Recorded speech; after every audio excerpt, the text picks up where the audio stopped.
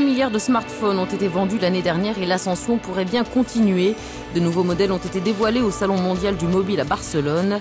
Des modèles qui commencent pour beaucoup à arriver sur le marché européen et qui aiguisent la concurrence entre les différents fabricants leaders mondiaux dans le domaine. Sur le marché des smartphones haut de gamme, le dernier Samsung Galaxy S6 rivalise avec le HTC One M9, deux modèles dont le prix avoisine les 700 €.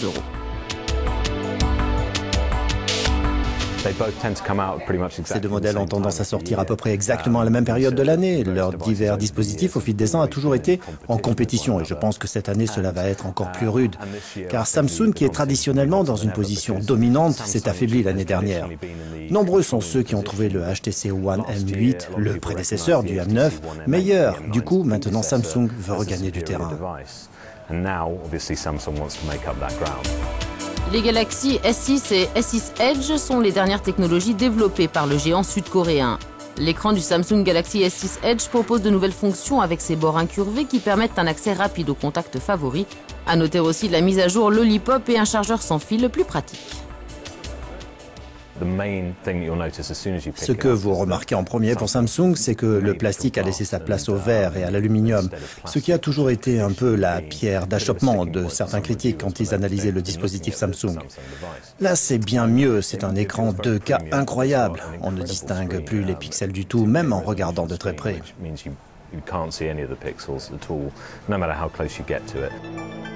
Le nouveau HTC One M9, une mise à jour du précédent dispositif M8, intègre deux niveaux de finition et un contour effet miroir. Le dispositif embarque aussi un capteur photo de 20 mégapixels ainsi qu'une caméra frontale améliorée.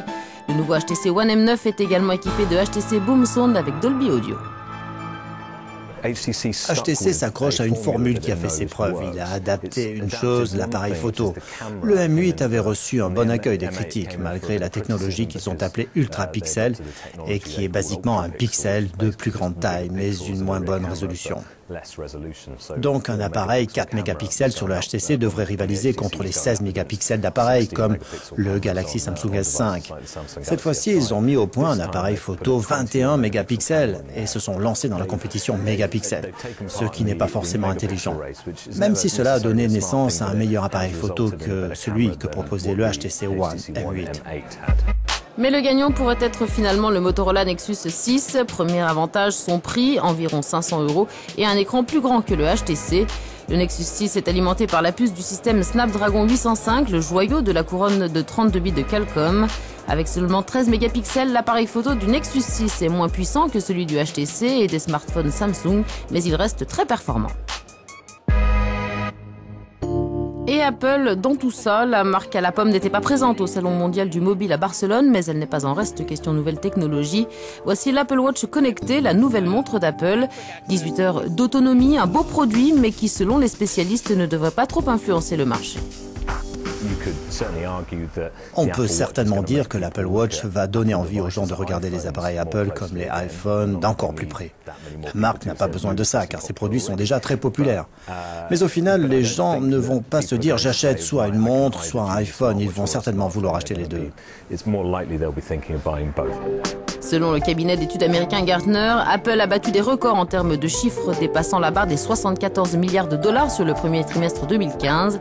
Avec près de 75 millions de produits vendus en 2014, la marque est en pole position sur le marché des smartphones.